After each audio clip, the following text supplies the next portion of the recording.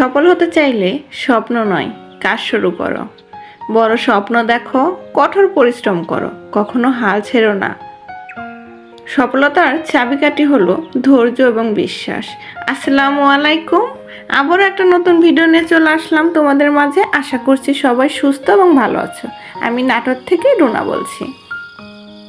আদিবা লাইফস্টাইলে তোমাদের সবাইকে স্বাগতম। তো আজকে তোমাদেরকে দেখাবো যে বাসায় খালা কাজ করার পরেও আমাদেরকে কী কাজ করতে হয়। আমার তো মনে হয় এটা প্রতিটা গৃহিণীরই করতে হয় কম আর বেশি।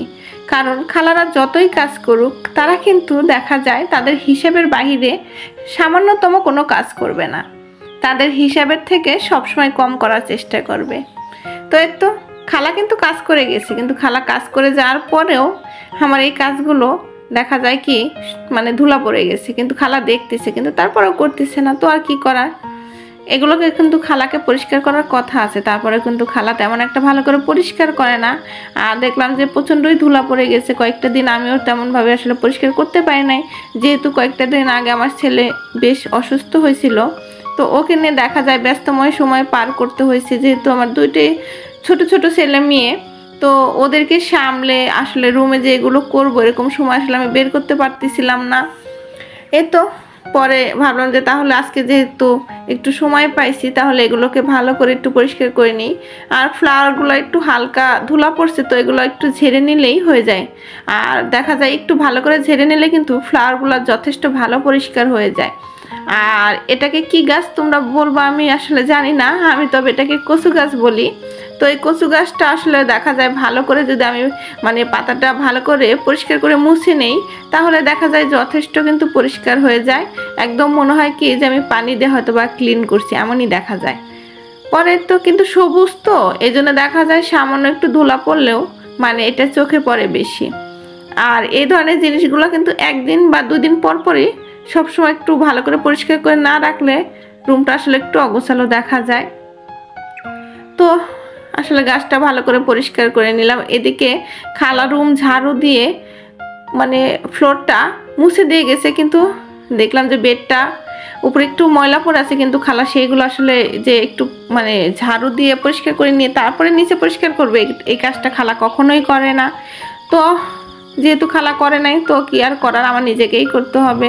তো আমি একটু আবার ওটাও করে নিলাম।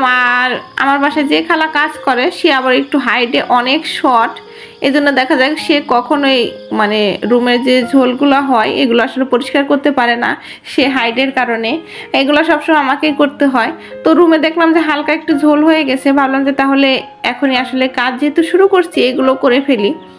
আর এদিকে আমার ছেলে বিশেষ করে মানে যত খেলনা হোক, যে ক্লে, এখন তো বিশেষ করে বাচ্চারা ক্লে দিয়ে বেশি খেলে, তো এই ক্লেটা দেখা যায় খালি মানে আয়নার মধ্যে লাগিয়ে রাখবে। তো এই জন্য দেখা যায় আমার প্রতিদিন এগুলো আসলে ক্লিন করে নিতে হয়। এই তো ভালো করে দুইটাই মানে আমি পরিষ্কার করে নিলাম। আর তোমাদের সাথে কথা বলতে বলতে আমার কিন্তু মোটামুটি অনেকটা কাজ করা হয়ে গেল। আর খালারা যতই কাজ করুক এই কাজগুলো কিন্তু সব সময় দেখা যায় আমাদেরকেই করতে হয়, মানে খালাদের উপরে নির্ভরশীল করলে কখনোই পরিষ্কার থাকে না, তাহলে দেখা যায় রুমের অবস্থা পুরো 12টা বেজে যাবে। আর অফ ক্যামেরায় আসলে আমি আজকে রান্নাটা করে নিছি, তোমাদের সাথে রান্নাটা আজকে আর শেয়ার করলাম না, কারণ তাহলে দেখা যায় ভিডিওটা অনেক বড় হয়ে যায়। আর সবাই আসলে বড় ভিডিও দেখতে তেমন একটা পছন্দ করে না, এই জন্যই এখন চেষ্টা করব খুব ছোট ছোট একটা করে ব্লগ তোমাদের মাঝে শেয়ার করার জন্যই। আর এখানে আসলে দেশি মুরগি আসলে ভুনা করে নিছি, তো একদমই ঝোল রাখার চেষ্টা করি নাই। আর সামান্য কিছু অল্প আলু ঝুরি করে ভাজে নিছি, একটু ঝোল ভাজি। আজকে এই পর্যন্তই। আর এতক্ষণ আমার সাথে থাকার জন্য সবাইকে অসংখ্যবার ধন্যবাদ। আল্লাহ হাফেজ।